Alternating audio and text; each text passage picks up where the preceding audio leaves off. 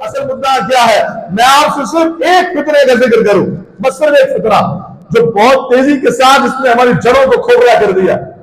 تباہ کر دیا، سب کچھ ختم کر کے رکھ دیا سب کچھ، اور اب یہ فتنہ ہمارے اپنے گھروں تک پہنچنے کو تیار ہے، ورنہ ایسے بہت سارے فتنے ہیں۔ میں اس فتنے کے بارے میں کہہ رہا ہوں جس کو ہم فتنہ قادیانیت کہتے ہیں۔ آپ کی سوچ بھی نہیں ہے یہ فتنہ اتنی تیزی کے ساتھ ہمارے اندر سرایت کر چکا ہے، ہمارے گرد و پیش میں اتنے مضبوط ہو چکے ہیں۔ وہ تو خدا کی رحمتیں ہو اس مرد قلندر امام نورانی پر اور ان کے رفقا پر جنہوں نے قادیانیوں کو کافر ڈکلیئر کروایا۔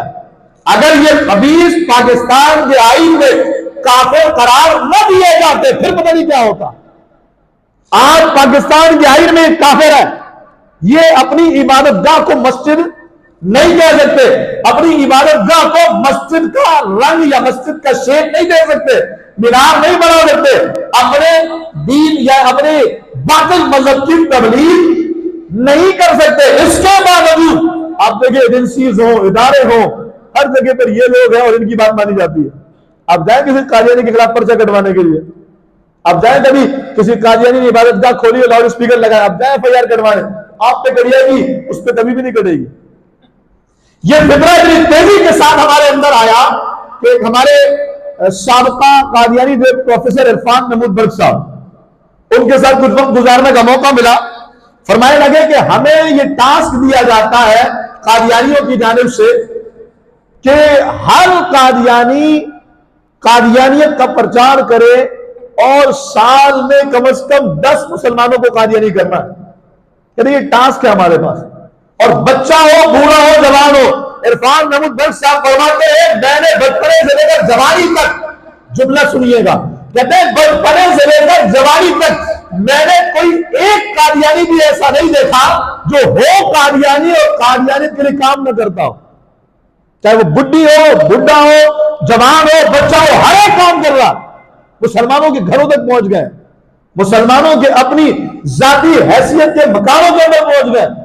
اور اس انداز سے کام کر رہے ہیں کہ آیامان والحفیظ۔ وہ کہتے ہیں کشمیر کے آزاد کشمیر کے گاؤں میں گیا جہاں تک گاڑیاں بھی نہیں جاتی تھی اور وہاں پر پیدل اتر کے پہاڑوں کو سفر کر کے جانا تھا، کہتے ہیں اس گاؤں کی 80% آبادی قادیانی ہو چکی ہے۔ قادیانی اتنی زور سے اتنی تیزی کے ساتھ کام کر رہا ہے، اور میں آپ سے عرض کروں ہمیں ان فتنوں کا شکار کر کے ان مسئلوں میں الجھا کے کیا کیا گیا میں بتاؤں آپ کو۔ ختم نبوت پر ہمارے پاس کتنی دلیلیں؟ آپ میں سے کوئی ایسا ہو جس کو ختم نبوت پر 2 حدیثیں یاد ہو؟ 2 حدیثیں بس ختم نبوت پر کہ میرے نبی آخری نبی ہیں، رسول اللہ صلی اللہ علیہ وسلم کے بعد کوئی دوسرا نبی نہیں آ سکتا، تو صرف 2 حدیثیں۔ چلے ایک حدیث بھی مکمل یاد ہو کسی کو، پیارے محمد صلی اللہ علیہ وسلم کی ختم نبوت کا جس میں ذکر کیا گیا ہو۔ ختم نبوت پر دلائل کیا ہے ہمارے پاس؟ ما کان محمد ابا احد من رجالکم ولکن رسول اللہ وخاتم النبیین، یہ جو آیت کریمہ سورہ احزاب کی پڑھی جاتی ہے، قادیانی بھی اسی آیت سے